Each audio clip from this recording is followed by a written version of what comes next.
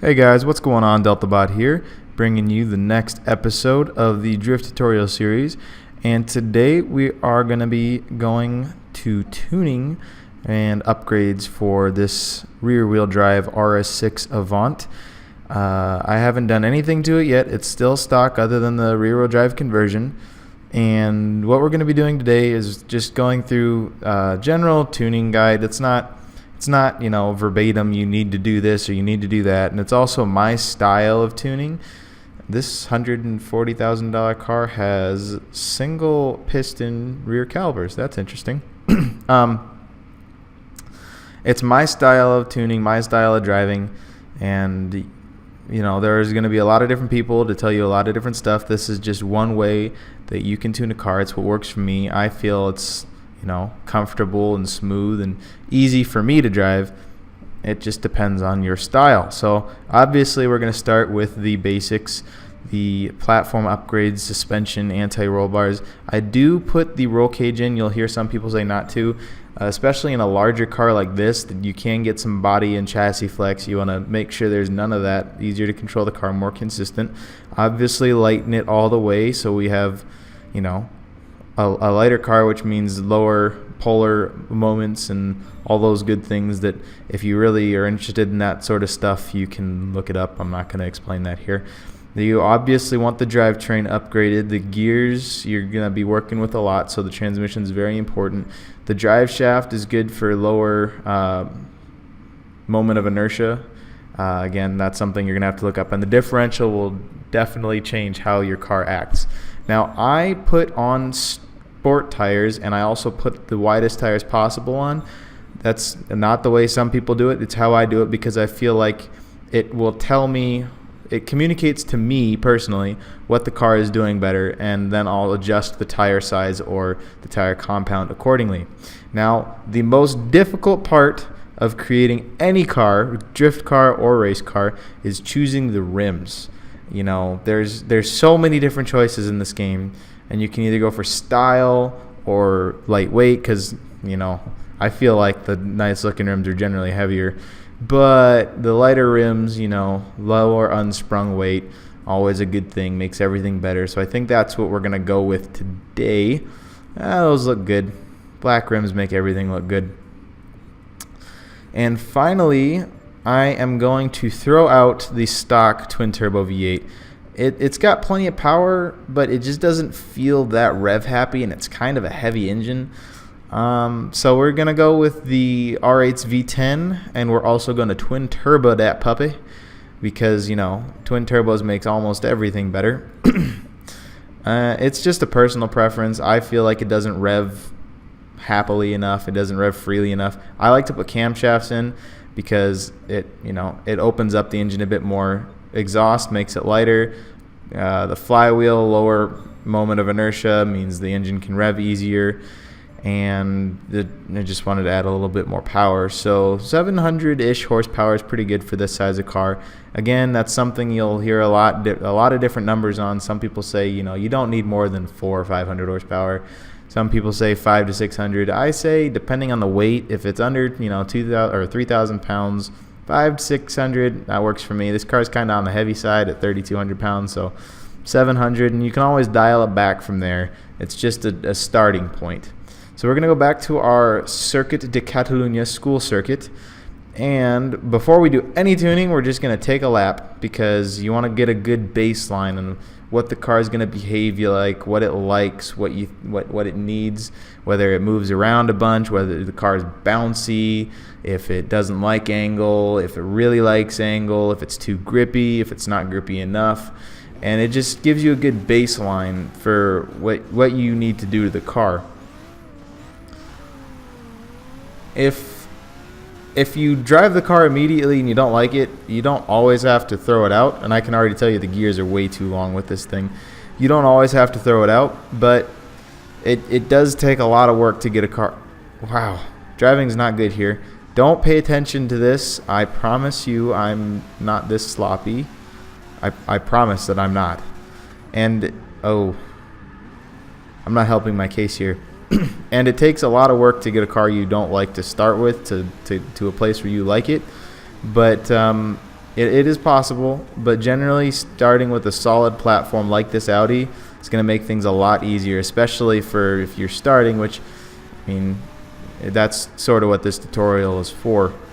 So we're just taking a lap here. I can already tell the back end is actually pretty solid, but the front end moves around quite a bit, and the car is really bouncy. Even, you know, the drift is smooth, but you can see the car bouncing a lot. So I think the first thing I'm going to do is I'm going to try to get rid of that bounciness, which will settle down the front end, and also get a little bit more angle with some toe. Get out of here, notifications. Nobody likes you. I forgot to turn those off. I'm going to have to turn those off before the next recording. So first things first is we're going to mess around with the tire pressure. Now, the car felt a little sticky. If you want to make it looser, you can always raise the tire pressure. Some people will tell you to lower it. You know, it all depends on how you tune the cars. Some of my cars I do lower the tire pressure on. Shorten the gearing a little bit. Again, it's preference. I prefer the car to be kind of slidey, not too slippery. I like some grippiness, but I like the car to be slidey, so I raise the tire pressures.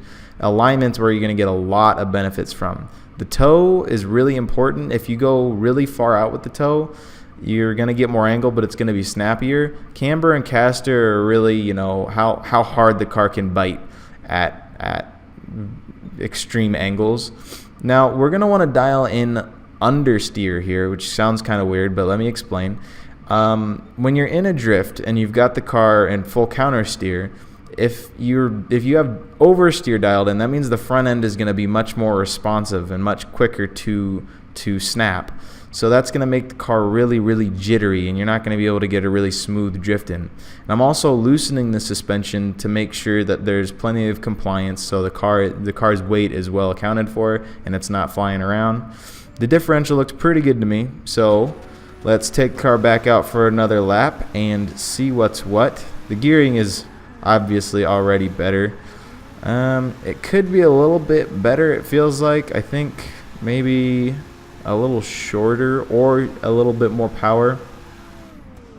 But for now, I think it's pretty good to get an idea with the suspension. The car is obviously a lot smoother. You can see it's not bouncing around. The front end isn't moving as much. The back end, it's able to get out a lot further without flying into the grass and without over-rotating. It does still feel a little twitchy. You can see the front end moving around, not nearly as much as it was, but it definitely is moving around. And other than that, the car feels pretty good. It's a lot looser than it was, but it's not moving around as much. So that's a good thing.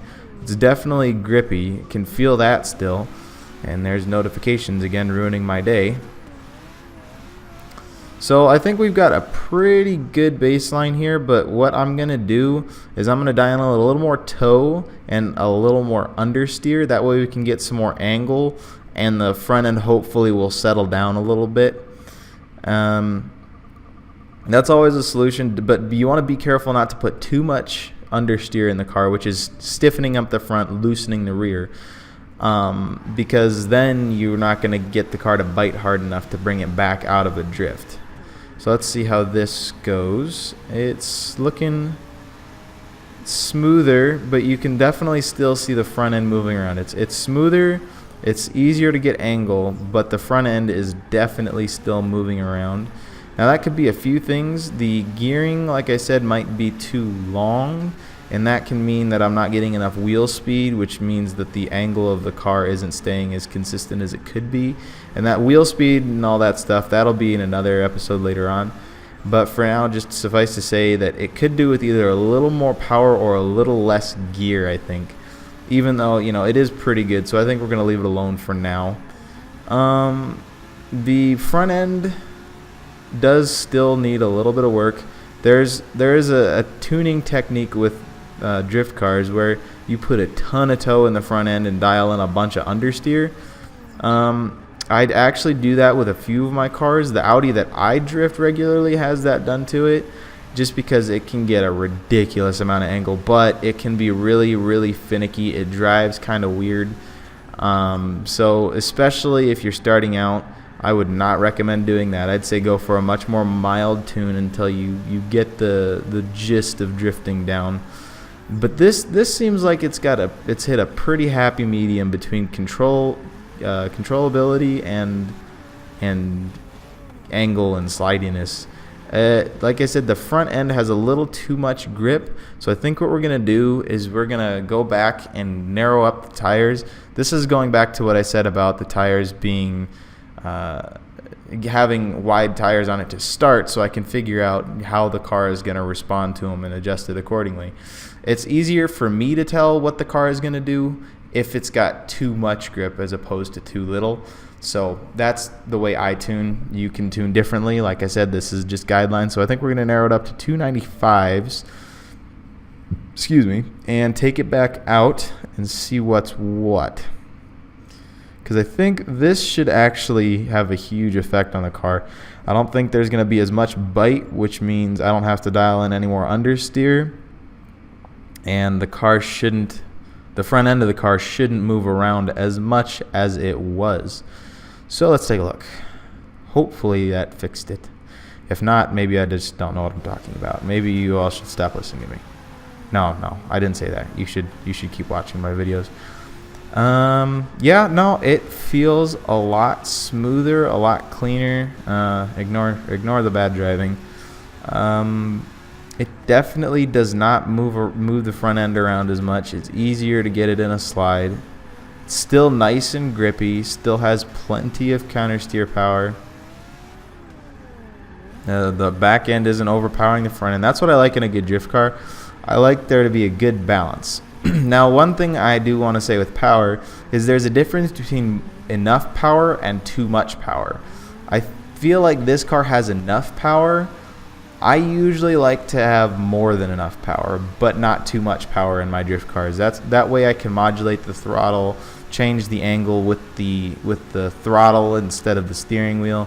It's my style of drifting. But that's all I've got for you guys today. Make sure if you liked the video, give it a thumbs up. If you didn't, give it a thumbs down.